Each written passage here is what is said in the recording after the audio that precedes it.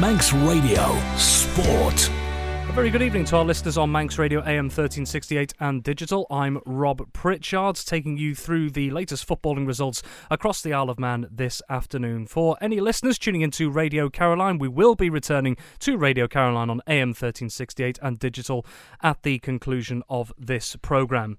So we'll start this evening with your classified results in Manx football, and they are as follows. The Hospital Cup quarter-finals. Moran 1, St John's United 2. Ayr United 5, Colby 0. Laxey 2, St Mary's 1. Russian United 2, Ramsey 1 is a latest score, game currently in extra time. In the Canada Life Men's Premier League, St George's 3, Onchan 1. Corinthians 5, Douglas Royal 5. DPS Limited Division 2. Braddon 7, Douglas and District 2. Foxdale vs Governors Athletic postponed. And Jims vs Castletown awarded as an away win to Castletown. And in Canada Life Combination 1, Douglas High School Old Boys vs Laxey awaiting result. And Onchan vs Union Mills awarded to Onchan as a home win. Those are your classified results at the moment here on Manx Radio AM 1368 and digital. We are keeping a keen eye out for the game that is ongoing in the Hospital Cup quarter-finals between Russian United and Ramsey. The current score is Russian United 2, Ramsey 1, with just under 5 minutes of extra time to play, so that is still a latest score. Well, whilst we wait for that, we've corralled him all the way back from Laxey after a very entertaining game that he's been covering so far today in the Hospital Cup quarter-finals. Tony Mepham, good evening. Good evening, Rob. Yeah, it wasn't too bad. The drive in, I thought was going to have extra time, but it didn't happen. Laxey scored towards the end, and as you say, we're keeping a close eye on that Russian and Ramsey game. That's gone into extra time, but at the moment it's Russian 2, Ramsey 1. And don't forget as well, once we've taken a look through all the action today, we will have 2 live cup draws for you. We will have the cup draw for the semi-finals of the Hospital Cup, as well as the much-anticipated draw for this year's Dixcart Railway Cup. We've waited a long time for that. So whilst we are awaiting that result to come through, the last one remaining in the Hospital Cup quarterfinals, let's take a look at some of the results we do have to start with. We'll start off with one of the All-Premier League clashes, Moran versus St John's, and this was actually played at St John's due to the cricket games taking place at Moran's ground. So St John's, even though they're the away side in this fixture, almost playing at home, you could say, but not officially. Well, St John's, they made the most of what is their home turf, even though they were the visiting side, and it finished Moran 1, St John's United 2, Tony. Yeah, it sounded like a terrific game, this one as well, because half-time was St John's 0, Moran 0, and then after 46 minutes, Moran had scored. It was Rhys Westwell who got the goal. But then 4 minutes later, it was 1-1. Callum Taggart got his name on the score sheet. And then Callum Taggart got a second of the game on 69 minutes and finished up St John's 2, Moran 1. Gives me a bit of a problem with my fixtures now. So I'm working everything out here as I'm looking at you, Rob. But yeah, well done to St John's into both semi-finals now. The Dixcart Railway Cup semi-final and also the Hospital Cup semi-final as well. And for Moran as well, it was a quick start from them as well. Where do you think it may have just gone wrong in that? Was it maybe a bit of a lack of discipline, or was St John's United just taking things up a few gears? Yeah, I touched on it at lunchtime. I just think St John's form of late over the last 2 or 3 games has been pretty good, scoring plenty of goals, and Callum Taggart certainly is the one that's come to the occasion for them because he scored plenty. I noticed he wasn't on the score sheet last week. He didn't play, but it's just one of those that, defensively they're strong. They've got a good goalkeeper, midfield work hard, and then you've got 2 exceptional, Dean Leese and Callum Taggart up front to score the goals. So I think they were favourites. I tipped them at lunchtime, but Moran put them close, and now Moran have got to concentrate on surviving in that Canada Life Premier League game. Well, one thing that could be instrumental, I guess, in their survival or not in the Premier League may come with one of the other results that we got today. We'll come to that in a few moments' time. But then we headed up to the north of the island for the other Hospital Cup quarter-final game that we have on the sheet here. And it's Ayr United at home to Division 2 Colby. Colby overcoming their southern rivals Castletown on penalties in the last round last weekend. And Colby, they'll have gone into this with plenty of confidence. But unfortunately, maybe a bit of a reality check for them. And Ayr United, a very professional performance from them today, beating Colby by 5-0 at Andreas playing fields. Yeah, I think 5-0 it finished up, Rob, in the end, if I've got it. And Jamie Callister with 2. And I think they started off really well, United. I think what I was told, it was Johnny Shields, I think, with the first. And then Jamie Callister got the second one. Jamie Callister got another one. And then Jason Crane got his name on the score sheet. And then Sean Kelly. Yes, Sean Kelly.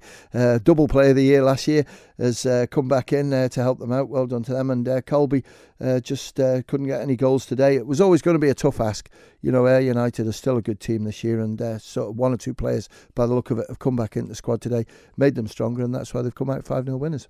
And there may have been some wondering what Colby could do in this one. Maybe with Ayr United, they've not quite hit the heights in the league this season, as of course they did in the last campaign. But some may be wondering that Ayr United, a bit of responsibility on their shoulders to get a result from this one. But racing into that 3-goal lead before half-time, that may just have settled any nerves, if there were any, going into the rest of the game. Yeah, it's their last chance for a bit of silverware, isn't it? They want to finish off the season with a bang. Last year it was absolutely fantastic. You couldn't have written what went on for them last year, and it was a really good performance right the way through. But this year they've lost quite a few players who haven't been available, and through injuries and everything else. And, you know, players as well sort of can get injured, and it just costs you right the way through. But it's a shame, really. Sean Kelly, I know he had a few games with FC Isle of Man at the start, but he's been missing. I believe, you know, whether running, golf or whatever, I'm not too sure. But, you know, he's still young enough to be playing. He's still one of the best players on the Isle of Man shores, if you like. And today he's come back in. That might just give him the appetite for next season, Rob, to come back in and either play in the Manx League or play for FC Isle of Man. Commanding win there for Ayr United in the hat for the draw later on. And then we had what was a very intriguing clash over at Glen Road. Premier League Laxey, who knocked out Premier League champions Peel on home turf last week. They welcomed the newly crowned Division 2 champions St Mary's full of confidence. And this game, we thought it could have been close depending on how things played out. And that was exactly the case, wasn't it? You were down there, Tony. But Laxey just about getting the job done against a very resilient St Mary's side. Laxey 2, St Mary's 1. Yeah, it's a great setting for a game of football down there, Rob. And sort of St Mary's, you could see both teams, the way they warmed up and everything. They were totally focused on the job to get through to the semi-finals. And no Johnny Palmer, he was away today. But, you know, St Mary's, Alex Harrison's installed into them, you know, belief. And with Frank Jones in that forward line at the start of the game, it just sort of helped them a little bit with Owen Canepa. And it was Owen who scored the goal after 19 minutes. It was a good ball through to him on the right-hand side. Took a little flick inside and finished it off well past Glen Walker to make it 1-0 after 19 minutes. But then on 30 minutes, Laxey got one back, and deserved so, I think, because, you know, Laxey kept chipping away throughout the afternoon and not picking him out as a flaw in his play. But Sammy Gellin had quite a few chances today, and it just didn't quite work for him. But certainly George Burrows, when he got that equaliser, you could see the delight and the pressure was lifted off Laxey. But then it was nip and tuck in the second half. Laxey probably had the better of the chances, and it was a corner towards the end of the game, and Tom Cowan was rose above everybody else and put it past the keeper to make it 2-1. Probably the talking point was just before half-time, Rob, when it was the St Mary's goalkeeper made a penalty save. Great. Brodie Paces came up staggered, and Steve Hollister was there. I've seen the footage has been circulating on Twitter of that save, pushing it onto the post as well. Yeah, and he pushed it on, it came off the post. So, you know, all round, I think St Mary's will be happy enough with it. They know where they are for next season. They played against one of the best Premiership sides today, one of the better ones, and it's come out as a 2-1 win for Laxey. So, well done to Laxey, and I'd say chin up for St Mary's. You've done well. Well, we'll come back to that in just a moment. We do have that result from the other Hospital Cup quarter-final just in.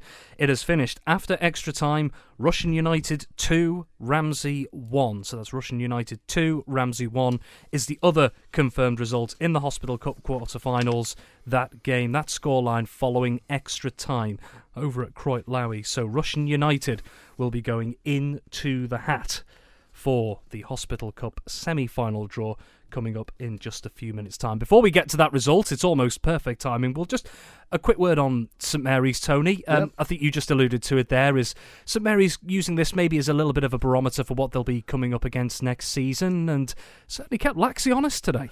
Yeah, it did, and I think with St Mary's there, it's a great thing that's happened because nobody wanted to see St Mary's not have any teams in last year, and they've sort of bounced back, and they've done really well, and credit to everyone right the way through, and the hardcore of the people still there sort of helping things out, but Alex Harrison, I think Frank Jones has just installed a little bit of, not necessarily discipline, but just a way to play.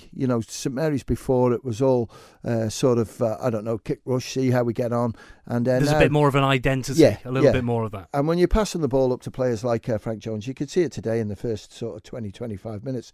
He's dangerous, a couple of headers, that the goalkeeper had to save, and just generally the flick-ons, the talking to the younger players. And, well done to everyone involved. That's a great story, because when you look at sort of Pulrose, Castletown, Colby, they've all had difficulties over the last sort of 3 or 4 years, and they're all sort of hopefully coming back to strengths, and they can bounce back next season for the start of what could be a great campaign for them. We'll wait and see. Well, the last of the Hospital Cup quarter-finals, as we mentioned, we had a result in the last few moments from this one. It went all the way through extra time, 120 minutes played. Russian United at home to Ramsey in that one, and it took beyond the regular 90 minutes. But the southern side, the hosts, just about edging out their northern counterparts here. It's finished Russian United 2, Ramsey 1. Tony, your thoughts? Yeah, tight game, man. I went for Ramsey just purely after the performance the other night. I thought it was really good. But Russian, the 2 goal scorers today are really good players. But let's talk about Ramsey at first. They took the lead through Harry Blissett, who got the goal. And then it was 84, 85 minutes, was it, that Russian were awarded a penalty. And Aaron Hawley, who's got nerves of steel, stepped up to take it. And I think Aaron will be playing in the Junior Cup as well. So he's going to have tired legs, I'm sure of that one. But made it 1-1, into extra time it goes, and Mike Williams it was who got the winner. So congratulations to Russian. So that makes us have a semi-final setup of Russian, Laxey, St John's and Ayr United. Very well. Like I said, we'll come to that draw in a few minutes' time. Let's take a look at some of the league games that were taking place today. 2 games in the Canada Life Men's Premier League. We'll start off over at Glen Crutchery Road. St George's, an up-and-down season for them so far, coming up against an Onken side in desperate need of points to try and lift themselves out of the relegation zone. The hosts doing the job today, so it finished St George's 3, Onken 1. Another good result for St George's, and all that worry that Johnny Myers was going through a couple of months ago has not been needed, because with the players coming back in, made them a lot stronger. And Kieran McNulty again today, the main threat, and 2 goals by him. Sam Kane, great to see him back playing, got the 3rd one. Haven't got Onken's goal scorer, but super result that. St George's 3, Onken 1. Before we get on to the next Premier League result, we've just had the other result in that we were waiting for in Canada Life Combination 1. Thank you very much for texting us in. It finished Douglas High School Old Boys 4, Laxey 1 in that game. We'll come to that in just a few minutes' time. Well, Tony, for Onken here, no matter what the result was going to be today, nothing was going to be decided mathematically in terms of which teams could go down this season. We know Douglas High School Old Boys are rooted to the bottom of the table. They had no game today. Onken, 6 points adrift of Moran now, having played as many games, and although mathematically still plenty can happen, does it feel a little bit like maybe a bridge too far for Onken at this point, or do you think there's more in the tank? More in the tank. Absolutely, Rob, 100%. They've got a lot of good young players there. They're only going to get better. So I don't think David Rees would be disheartened if they went down. Yes, it's going to be hard to get back up, but credit to them. The way Onken have changed it round over the last few years with the younger players coming through.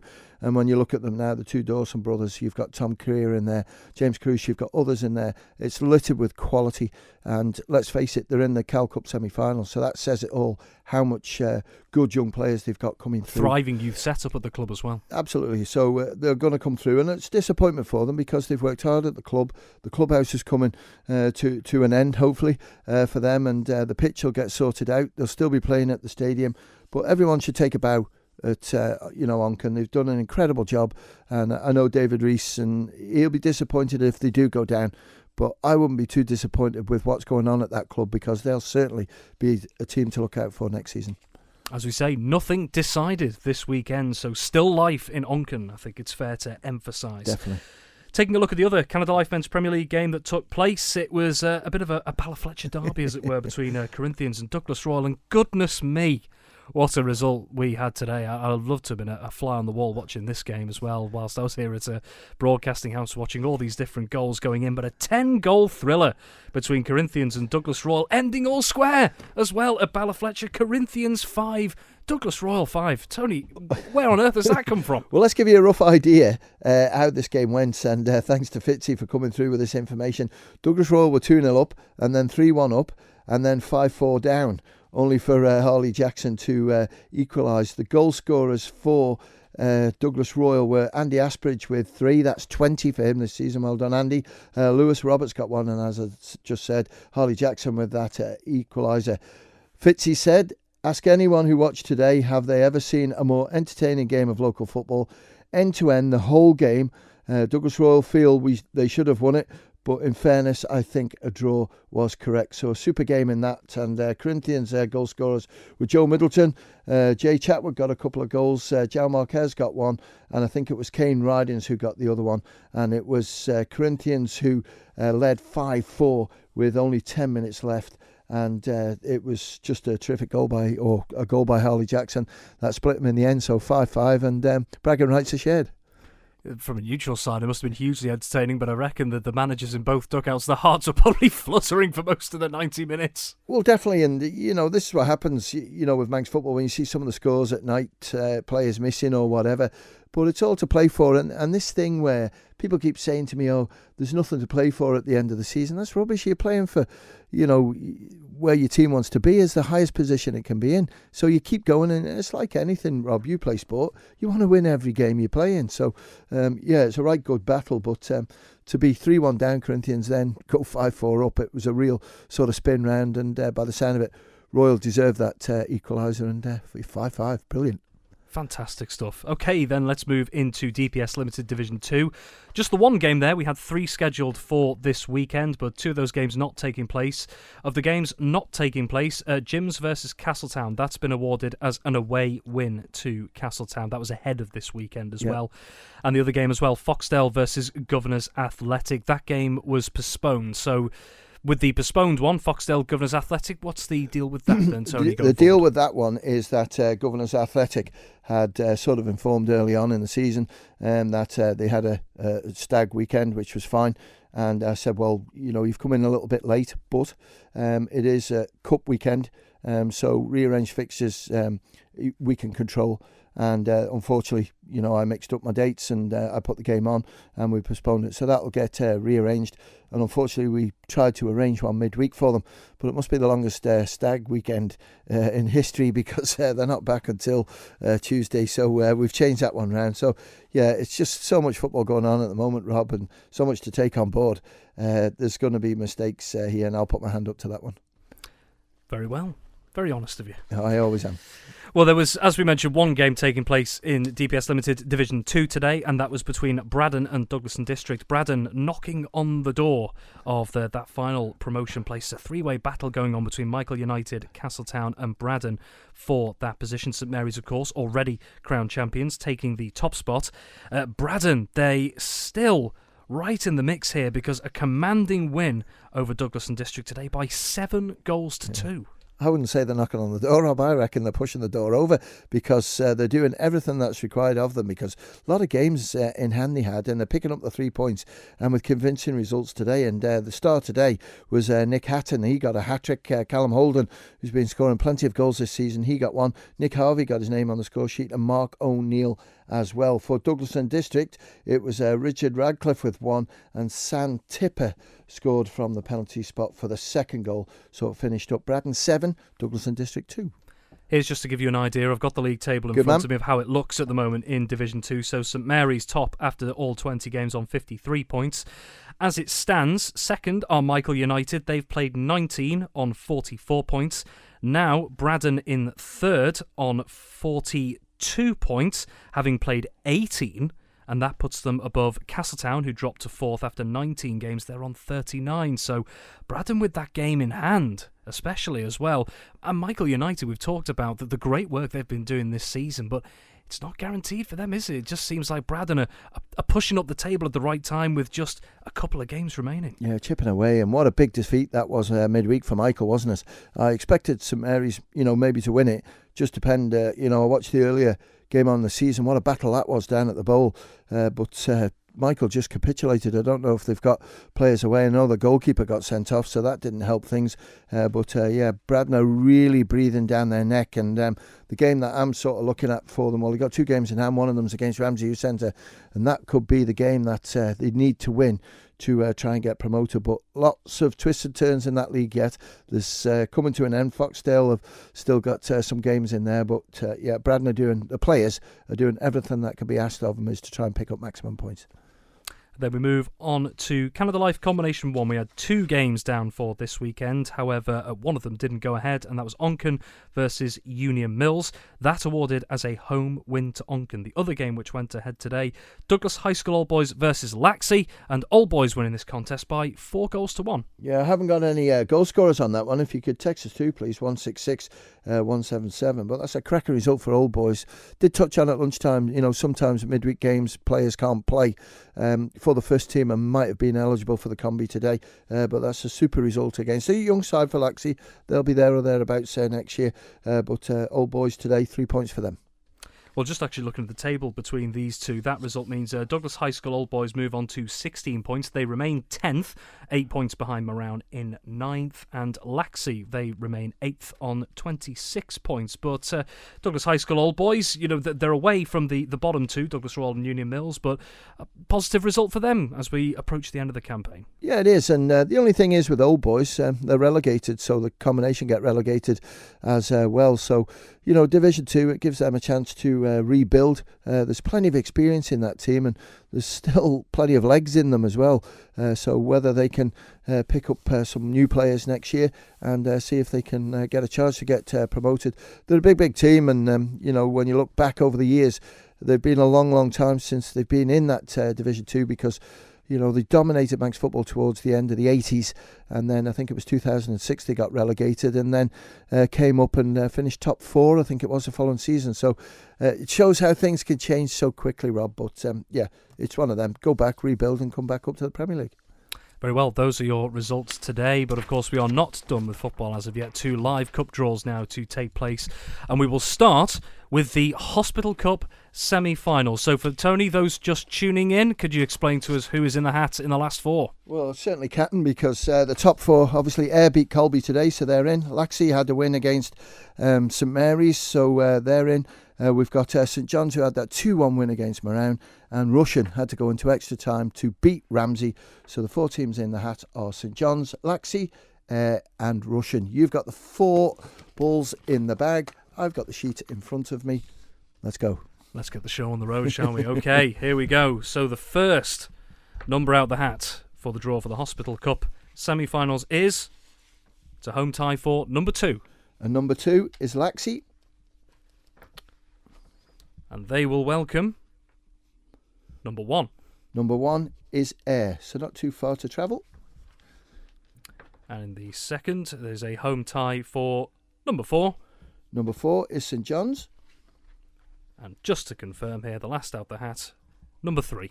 And number 3 is Rushen. So your 2 semi-final games for the Hospital Cup semi-final is Laxey at home against Ayr and St John's at home against Rushen.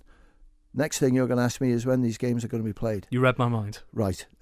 This is how we're going to do it. The Dixcart Railway Cup semi-final draw will be made very shortly. We're going to play those. Just had a message in about that saying, come on with the Railway Cup draw already. Yeah. I promise we're going to be getting to it in just a couple of moments' time. Coming to it, but there's a bit of head wrecking here to be done now. The 2 semi-finals of the Railway Cup are going to be played on Tuesday evening. That's Tuesday the 9th of May. And then the final, we're still waiting to get confirmed. The bowlers available next Saturday night. We've applied. If that's the case, then the Railway Cup final will be played next Saturday night. The problem is that we've got St John's in the Hospital Cup, so we're going to postpone that Hospital Cup semi-final. So the Laxey and Ayr game will go ahead next Saturday afternoon, and the St John's and Rushen game will be delayed just to get that Railway Cup final out of the way. If we can't get the bowl, then it looks like we'll probably play that St John's v Russian game. But be patient with us. It's Bank Holiday Monday. We've put the booking in. We're just waiting for confirmation because it's the Island Youth Games as well. So we're just trying to find out what time we can have the venue, but that's the plan. Well, hopefully we'll get some clarity and confirmation in the coming days. As soon as we can. Here we go, the much anticipated. We've waited months for this, haven't we? But the weather in the winter just wasn't kind and the schedules just didn't allow. But now we can make the draw for this season's Dixcart Railway Cup semi-finals. Tony, I can practically see behind your eyes breathing a sigh of relief that we can get this underway. I'm delighted for Stevie Doyle at Dixcart because, to me, the Railway Cup finals, the final for me, it's when it's played. I love Boxing Day to go and watch a game of football and then go and have a couple of pints and talk about the game and stuff. And it's just been a real struggle this season with the weather, everything else. And now with the late start of the season, I know people say, why don't we play night games? We haven't got the light because we have to start the first week in September because of the Manx Grand Prix. But we're here. We've got the Dixcart Railway Cup semi-finals. We had to wait for St John's to clear their backlog. We've done it. We play it as it should be done. So you've got 4 balls in the hat. Let's do it. The waiting is now over. Okay, here we go. The Dixcart Railway Cup semi-final draw. As Tony Mipper mentioned, these fixtures due to be played on Tuesday, the 9th of May. And the first out the hat, it is a home tie for number 1. Number 1 is Corinthians. And they will be at home against number 4. Number 4 is Union Mills. And in the second semi-final, it's a home tie for number 2.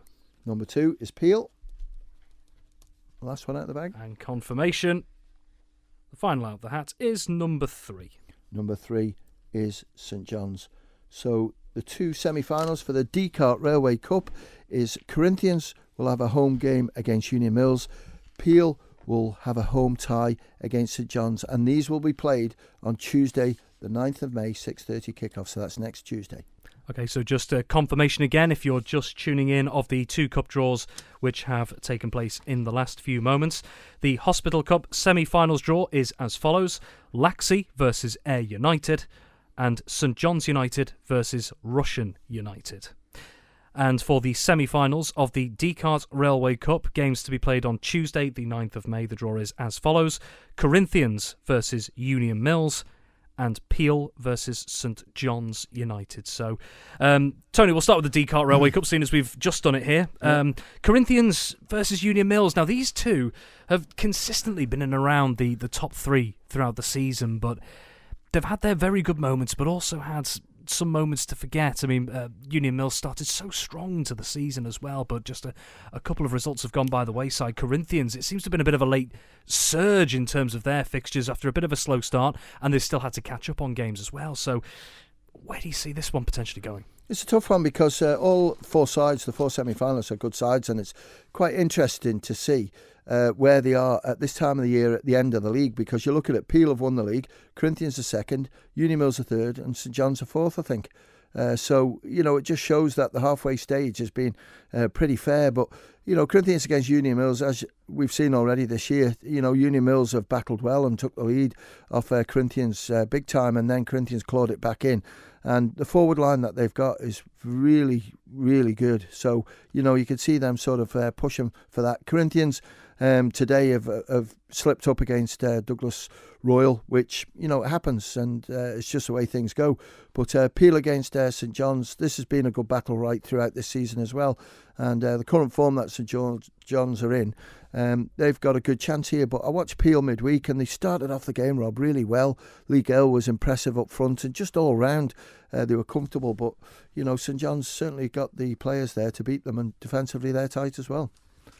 To wait and see on those. So a reminder as well, Railway Cup semi-finals to be played Tuesday the 9th of May, so this coming Tuesday. Let's have a look then again just quickly at the Hospital Cup semi-finals draw.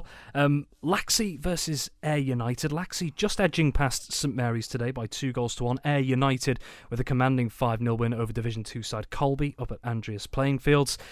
You get the feeling with these two sides, different styles of play of course, but on their day, they're a match for anyone across the Isle of Man. So is it going to be a case a little bit of who turns up on the day. Yeah, and I think you've got it right, because as soon as I saw that come out with the away fixture, Laxey tight pitch, Sean Kelly back, big long throws, they're like extra corners. You can just sort of see what's going to come here. And, it's Laxey today. I just thought in that final third, if I've got any criticism, they didn't take their chances. They had plenty of chances there, and it just didn't happen for them. As where with Ayr United, I'll be interested to see their squad today. I know it was against Colby, but with Sean Kelly coming back in and maybe one or two others, it's made them an awful lot stronger. But that's a hard one to predict. And, at the moment, I'd still probably edge it towards Laxey. But, I think Laxey have just got to try and get the ball in the back of the net with the chances that they have. And I've got to say, I was covering the game between these two sides at Glen Road in the league early this season. An absolute humdinger of game with Laxey winning it in the last kick of the game, 4-3. So I think if we get anything like that, could be in for an absolute treat down there. Well, it is, and it's a well-supported club, Laxey, and, a few neutrals as well like to come down there. It was great sunny conditions, and have a cup of tea and stand up on the bridge where I was today and watch the game. And it's just all to play for. It's the end of the season. You want to finish off with silverware in your cabinet. It's always nice to finish your dinner as well, dance and have a trophy there as well. So that's what they're all chasing after. A dinner and a dance. Is this what you're doing? I don't dance, but football games on a Saturday now, Tony Mepham. Exactly. And the other semi-final. God, that image stuck in my head now. The other semi-final will be out in the West. St John's United, who came from behind today to beat Moran 2-1, will be at home against Russian United, who required extra time to beat Ramsey today by 2-1. Not too much between these two either, is there? No, there isn't. And, with Russian as well today, they had to work hard against the Ramsey side that have been in good form. As with St John's, I just wonder how tired those legs are, Rob, because if you look at the league table, I think St John's have only played 20 in the Premier League, so they've still got 4 league games to play. They've got, the semi-final midweek, and then possibly the final on the Saturday. Then they've got another semi-final, possibly the following Tuesday. We're running out of time here, and then, we've got the Hospital Cup final to get in, and we've got 2 weeks. We've got to be finished at the end of the month. If we're not done by the end of May, that's it. So there's a lot of games to play, but that won't bother St John's because the league is gone. It's the 2 cups that they're after, and then if it needs to be, they'll bring some combination players in because they're good enough. Well, those are the results and draws taking place today. Well, Tony, just a couple of other little pointers to run by you before we let you leave Broadcasting House this time. First of all, we didn't get a chance to talk about this, I don't think, on Friday Sport Preview last night, but a great experience this weekend for a couple of the Isle of Man's academy players this weekend. So 3 of the Island's players in Millie Dawson, Ruby Palmer and Erin Sells have travelled to Manchester this weekend to take part in England Football's Discover My Talent events. So it's part of the Future Lionesses ID events, and they're delivered by the English FA and their partner organisations, and they're aiming to discover promising players across England, the Isle of Man and the Channel Islands, and it's part of England Football's efforts to find players who can potentially be referred to the Lioness Talent Pathway, and this must be a great experience for the Isle of Man players heading over there this weekend. Terrific, and I don't think you could have picked 3 better players. Let's take them individually. Ruby Palmer. Ruby's not long turned 16. She's done really well playing for Onken. She's got herself in the Ireland squad. She's now got herself to the Ireland Games, which is incredible at 16 years of age. Really good player. So Ruby has got all the talent that you want. It's just getting developed. Millie Dawson, she's been on Everton's books for quite a while. Millie is, I think she's 14, 15, and she can't even play senior women's football next season because she's not old enough. Millie's a tremendous player. I've watched her dad manages Corinthians women's team, and she's down there, and she's got all the attributes as well, and she's getting taller now, so she's got a great future and prospect as well. And Erin Sells, Erin's very, very quiet, but my word, what a player, and how many important goals has she scored this season. She's got the Island Games Guernsey, so the development centre there have got it absolutely spot on. We wish them well. They're away this weekend, and let's hope there's some good news comes out of it. Wishing them the best of luck, absolutely. Definitely. And just finally, going to touch on something related to FC Isle of Man, I think, a little bit here. And the news came out yesterday. There's quite a lot of furore about one of the teams they played toward the end of this season. A very entertaining game against Bury AFC. You'll remember the fantastic away support that they brought over to the Bowl a few weeks ago.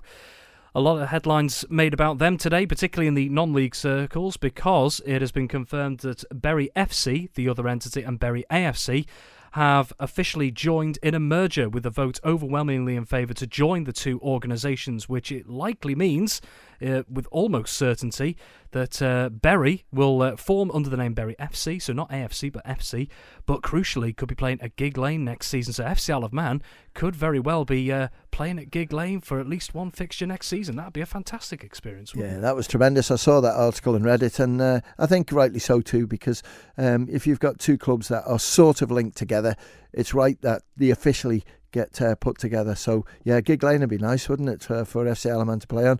So I'm pretty certain, and I thoroughly enjoyed that game. I thought that was the best game we covered this season, Rob. I thought it was superb right the way through. The attitude, the support, the players' attitudes as well. For Bury was brilliant. The ability that they had, and FC Isle of Man beat them. So fantastic. Well, Tony, thank you very much as ever, and have yourself a wonderful evening. I'll try. Manx Radio Sport. Well, as we wrap up the show, we're going to end things on a bit of a motorsport note, I think. So let's take a look. We're now 23 days away from TT 2023, and one of the local riders who made his mountain course debut last year is hoping to learn more and push forward when he returns to the races. Jamie Kringle had his maiden outing in 2022 in the Supersport class and is now planning to have more machines in his locker this time around and compete in the Super Twin and Superbike classes. So what are the things he learnt last year, and what are his hopes for when he returns to the paddock in a few weeks' time? Well, I caught up with Jamie earlier today. Real excited to go back again. Obviously only a couple of weeks now, so I can't wait to get going again. You made your debut last year. It can be a bit of a change no matter how much road racing you do elsewhere. So what are the main things you learned from the TT course last year? Just really figuring out my way around, just learning everything really. There's still a lot to learn, so just learning a lot really. How do you go about learning the course? Because you got 37 3/4 miles there. That's a lot of different twists and turns and bumps in the road and compressions in different places. So did you learn it maybe say sector by sector, or did you learn it, I suppose, corner by corner? How do you go about doing that? I mainly just stuck to one on board when I was watching the whole time, and then I went round with Mikey Evans and Nathan Harrison, Johnny Barton and Milky Quayle. So I kept it all pretty minimalistic, so it was as simple as it could be, but there's so many things you're looking out for your braking markers, your corner exit. There's just so many things to look out for really. Last year I only went there with the Supersport. I did have an entry for a twin, but just nothing really come about for it, so that didn't work out. But I was quite happy just going there with a Supersport bike, just sticking to one bike and just learning my way around basically. What are you going to be entering into class-wise this year? I'll be in the Super Twin class, Super Sport, and I'll be on a big bike as well. So all solo races I'll be in. Start with the twin side of things there. So what machine are you going to be running for the twin? I'm just in the middle of sorting that. Hopefully it's pretty much done. On the big bike side of things, I'm in the middle of that as well. So hopefully within the next couple of days I can announce what's going to happen. But 600 wise, we're going back with our own bike, same 600s, and just try and improve on that really. How's it going to be different, I suppose, managing one machine in the paddock last year to hopefully three? What does that change anything about your approach to things, both not just the racing side, but in terms of getting everything mechanically, engineering wise set up? Has that thrown up any particular extra challenges? Yeah, definitely. I can't say at the minute how different it's going to be, but obviously I know, especially going from a 600 to 1,000, obviously you're going to be braking a lot earlier than you were on a 600, and the dynamic of the bike turning and stuff like that is completely different. So I've still got a lot to learn this year. There's been talk over time of, how riders on the mountain course feel about, where they are maybe in the running order sometimes. Do they like having someone to chase a bit like in a mass start? Do they prefer to have the open road? Do you have a preference, or have you not quite worked that out yet, given it's only your second year? Yeah, I to be honest, I quite like being by myself. I like doing my own thing, so then no one else is around me. Obviously, when people are coming past last year, you try and tag on for a little bit, just to learn what they're doing to what you've been doing in that sector, basically. So, yeah. did you start picking certain things up of those that you were following in behind, or those that were coming up behind you, maybe trying to get past, or whichever? Did you learn from some of the riders around you? Yeah, so like to start off with, like obviously because I was new to the circuit, I think it was the first night of practice. I think it was Jim Hodson. He was behind me for a little bit, and then he went past me. But he just said basically I was riding at like a short circuit, so I wasn't like rushing as such, but I needed to take a step back going into the corners to get round them a lot faster, basically. And from your side of things, when you're out there, it is, I imagine, just a bit of a blur, to be honest, once you're actually heading through. But now you've had a chance to look back on it. Were there any particular parts of the course you enjoyed the most? Any you found particularly challenging that you'd like to work on this year? Yeah. My background leading up to road racing is motocross, so I like jumping. So I found Ballacry. I loved the bit of Ballacry, but probably my most favourite bit was Milltown, because you're over the bridge, you're in the air, and as soon before you landing, you're already transferring your weight to turn right for the right-hander. So like I don't know why, but I really enjoyed that bit of this section. And on the flip side, any particular areas of the course that you thought, you're looking back after the 2 weeks and thinking, I could get a bit more pace out of there maybe if I think about this? Were there any particular bits? Yeah, I enjoyed the mountain, but I know that was my weak point last year, so I've been trying to learn it better for this year, basically. Looking to 2023, have you got any particular targets out on track? Yeah, just really, I've got no figure. Everyone has a figure, but I just want to keep it minimalistic at the minute, because obviously last year was only my first year. They say it takes 4 years to learn the circuit, so I can't see setting a big target is going to do anyone any good. I'll just go around, do my best, and where I finish is where I finish. You're not going to be alone with the Kringle name in the paddock this year, because your brother Ryan, he's going to be stepping in for his debut. Have you offered any particular advice to him on this, or are you two the sort of guys like, no, we are having separate garages, we're not speaking to each other? Yeah, no, we get on really good, me and Ryan. I've been round with him a few times, and obviously I've not got loads of experience myself, so I can only give what I know myself. So obviously there's no hidden secrets between us. There'll be no garage boards between us or anything like that. Every rider we speak to, we always ask this when TT rolls around, but it comes around again. What's that going to feel like going down Bray Hill again? You only get one chance each year at this sort of thing, so how's that going to feel once you get that tap on the shoulder? I'm going to say amazing. We actually have 2 races. We have the walk, which goes off at 8, and then the runners set off at 9 o'clock. It's 10 miles. They basically head out of Ramsey along the Lazaire Road, turn right, head along to St Jude's, and then right along the Derby Road and back into Ramsey, and then round onto Morag Prom and finish through the park at the Balaclone Stadium. Now, of course, this will be the first time in 4 years that this event has been held. It wasn't held in 2020 and 2021 because of the pandemic, and then 2022, just logistically, it wasn't able to happen. So the fact that it is able to come back and be a part of the athletics calendar this year, how good does that feel? Yeah, it's been tough, but yeah, as a team, we've got it together, and fingers crossed, we have enough marshals and we have competitors entered, and hopefully the weather will hold and it'll be a nice event. This isn't just for events in the north of the island, but the island in general. Sometimes it is a bit of a challenge getting enough marshals to do these events. Has it been a challenge this time, or has it been relatively straightforward? I think people have been fantastic to volunteer. I had a bright idea which didn't work, which was basically that if every competitor nominated a marshal, we would have more than we needed, which meant people didn't have to hang around for the whole event. They could just do the walk or just do the run. Unfortunately, most running and walking families or have at least one member who was already walking and the other one is busy doing something else. Either they're walking, running, looking after the kids. So my idea didn't work. but fingers crossed, we have enough volunteers who have stepped up and should be able to go ahead. And just massive thank you to everybody who stepped up and volunteered.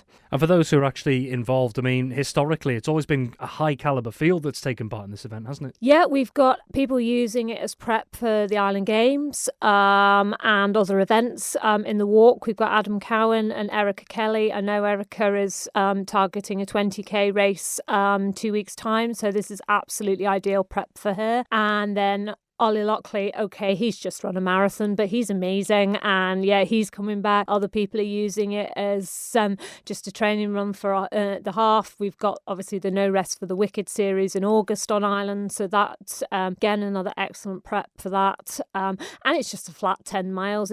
10 miles isn't a common distance that's run. Mostly it's half marathons and 10k, so it's always nice to get a PB over a different distance, and ours is the flattest on the island, so we can claim that bit of fame. You want the hills, you get the Western 10 in September, but ours is the flattest. Some are using this as, say, preparation for the Island Games. You mentioned Erica Kelly there, preparation for a race walking event she'll have coming up as well. So the fact that we seem to have a steady stream of different athletics events in so many different disciplines between, say, now and the Island Games coming up, that must be really encouraging for the Isle of Man athletes, knowing that there's plenty of options there to, A, look for maybe even success in this particular event, and also looking forward as well to the international competition in a few months' time. Yeah, obviously we've got the Northern 10 for the half marathon runners for the Island Games on the track. They're Petra and the Isle of Man athletics team have been put together. We've got league matches.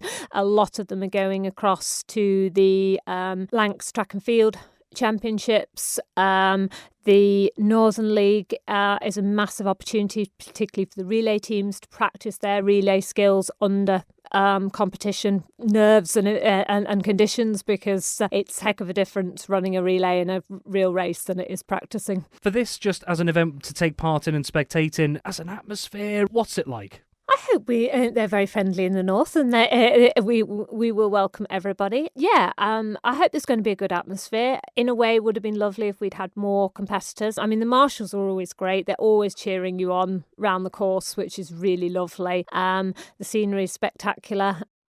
That was Sarah Webster there of Northern AC chatting about the Northern 10 road race, which is returning after a 4-year absence tomorrow morning, Sunday morning, with the race, walk and run as well at 8 a.m. and 9 a.m. respectively. And before her, Jamie Kringle, local TT rider, talking about his ambitions for TT 2023 after his debut last year. That's all we have time for on Saturday Sport Classified on Manx Radio AM 1368 and digital this week. Thank you very much for joining us. We will now be handing back over to Radio Caroline, so have yourself a wonderful weekend. From us, until next time, it's bye for now.